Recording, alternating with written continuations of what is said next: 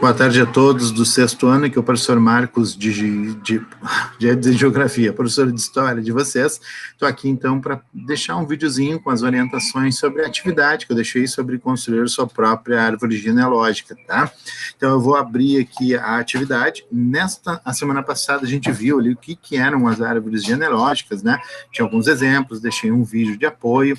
Esse vídeo eu vou deixar aqui na descrição de novo desse vídeo atual, né, que é um vídeo falando sobre o que são, né, propriamente dita, as árvores genealógicas, mas eu vou abrir aqui, então, com vocês a atividade, porque hoje, então, nós vamos, na verdade, fazer a tal da árvore genealógica, tá? Eu vou mostrar para vocês depois um exemplo também. Vamos só abrir aqui a atividade que eu coloquei.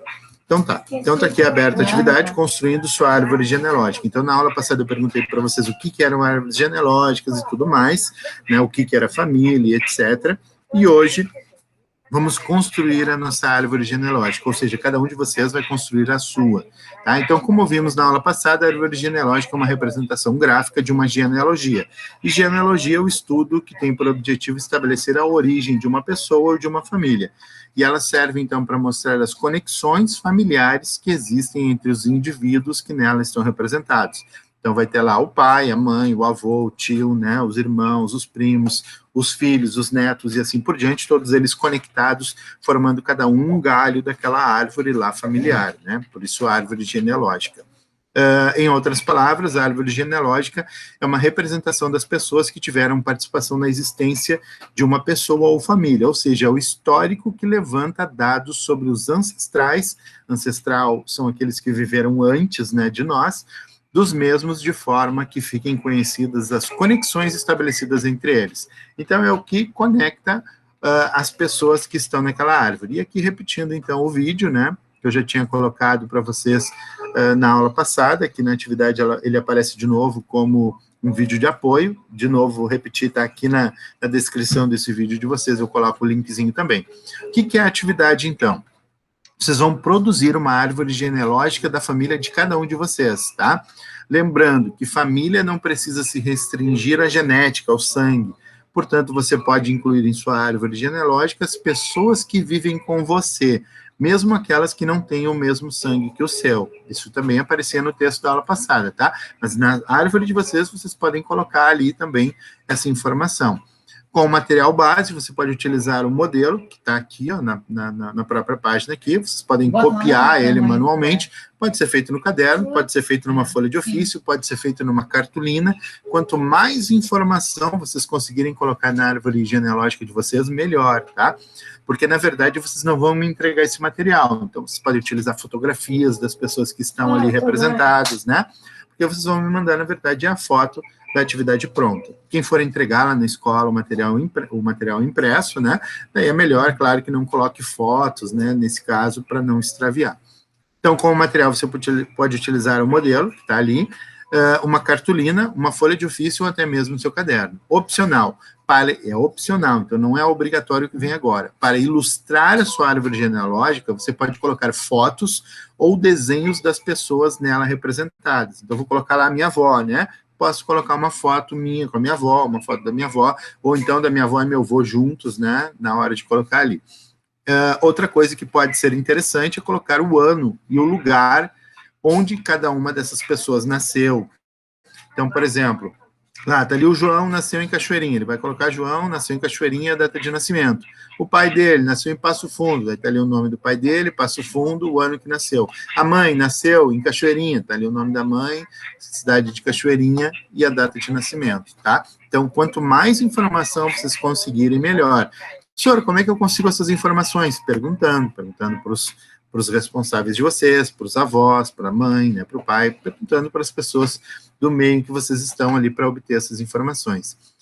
Então, orientações. Você deverá colocar o máximo de informações possíveis em sua árvore genealógica, tais como o nome das pessoas, e é legal colocar o nome completo, né, nome e sobrenome, o local de nascimento, a data de nascimento, o grau de parentesco com você, tipo, meu tio, meu avô, né, meu pai, sei lá, fotografia, né, se quiser pode fazer um desenho das pessoas e colocar ali, seria legal também, Mas, claro, desde que você disponha dessas informações. Se eu não sei lá o nome de uma pessoa ali da minha árvore genealógica, eu posso deixar ela em branco, tá? Como obter informações, então, sobre os antepassados? Conversando com seus familiares. Ao realizar essa investigação, lembre-se que a história, que história significa investigação. E se você estiver investigando seu próprio passado, você também está fazendo história, está fazendo a sua história, tá? Então, você estará descobrindo informações sobre você mesmo, conhecendo, assim, a sua própria história. Então, ao montar a sua árvore genealógica, você, no fundo, está construindo a sua própria história, tá? Então, aqui, ó, antes até de eu deixar a atividade aqui, eu vou mostrar para vocês também uma árvore genealógica pronta, né? De uma pessoa bem famosa, Elizabeth II, que é a rainha da Inglaterra. Para a monarquia, né, para os reis, é sempre muito importante a linha, a árvore genealógica, essas linhas, né, de familiares, porque o herdeiro do trono é sempre o filho mais velho. Então, tu precisa ter uma linha de sucessão, né? E essa linha de sucessão ao trono, o que seria a linha de sucessão? É a linhagem de sangue, né, do próximo que vai governar o país, já que não tem eleição para rei. O rei é passado, transmitido de pai para filho ou de mãe para filho, né? Então, vamos pegar aqui os antepassados da rainha Elizabeth. Foi a rainha Vitória, que viveu entre 1837 e 1901. Detalhe, aqui não tem o local do nascimento, porque todos esses daqui nasceram em Londres, na Inglaterra, tá? Então, todos eles nasceram no mesmo lugar, na mesma cidade. Então, rainha Vitória, ela morreu em 1901, assumiu o filho dela, o filho mais velho dela, que era um cara chamado Edward, e daí foi o Eduardo VII, ele governou 9 anos, até 1910. Ele morreu, o filho, o homem mais velho dele, o George V, que assumiu e governou 26 anos, ó, o George V. Morreu lá em 1936. E aí ele passa o trono para o filho dele mais velho, que é o Eduardo VIII. Só que o Eduardo VIII, olha só, ele abdicou do trono para se casar com uma mulher. E aí ele abriu mão de ser rei, então ele foi rei ali por poucos meses, né? O pai dele morreu, ele assumiu como rei, ficou alguns meses como rei, e ele abriu mão de ser rei e passou por irmão mais moço dele, que daí tomou o nome de George VI. O pai deles era o George V, ele foi George VI. E aí ele governou de 1936 a 1952. Quando ele morreu, ele não tinha filho homens, porque sempre passa, a prioridade sempre passa para o filho homem mais velho, né? Então ele morre em 1952 e passa para a filha, porque ele só tinha 2 filhas. E aí a filha dele mais velha é a Elizabeth, que recebe o nome de Rainha Elizabeth II. Ela tinha nascido em 1926, olha só, ela tinha 10 anos quando o pai dela se tornou rei. E ela é rainha até agora, olha que louco isso, né? Então aqui, ó, isso aqui está desatualizado. Aqui falava que a rainha Vitória era a rainha que mais tempo tinha ficado no trono da Inglaterra durante 63 anos. Só que a rainha Elizabeth aqui já estava com 61, só que na verdade ela já está com quase 70, né? Quase 70 anos. Em 2022, ela vai fazer 70 anos de que ela é a rainha da Inglaterra. Então ela já é a rainha, isso contando homens e mulheres, tá? Tanto rei ou rainha, mais tempo governando a Inglaterra. E aí, quando ela morrer, quem é que assume o trono? Ela tem 4 filhos, olha só, são os filhos dela, tá? Então, olha, é a árvore genealógica dela, tá vendo? Então, aqui, o príncipe de Gales, que é o príncipe Charles, tem a princesa Anne, o príncipe Andrew e o príncipe Edward. Só que o mais velho é o Charles, então o Charles é que vai assumir o trono. O Charles já está bem velhinho, tá? Ele nasceu em 1948, dá para fazer o cálculo, ele já tem mais de 70 anos. Então, imagina, né? Ele casou-se com uma mulher chamada Diana Spencer, que ficou conhecida como a Lady Di, né? Que foi a princesa Diana. Só que a princesa Diana e ele se separaram em 1996 e ele casou com essa mulher, que é a Camila Bowles, acho que é assim que se pronuncia, Parker Bowles, né? Ele acabou casando com ela. Só que a princesa Diana, ela já faleceu, né? Mas ele não teve filhos com essa segunda esposa, ele teve filhos sim com a princesa Diana. E esses filhos são o William e o Harry. Os 2 já também se casaram.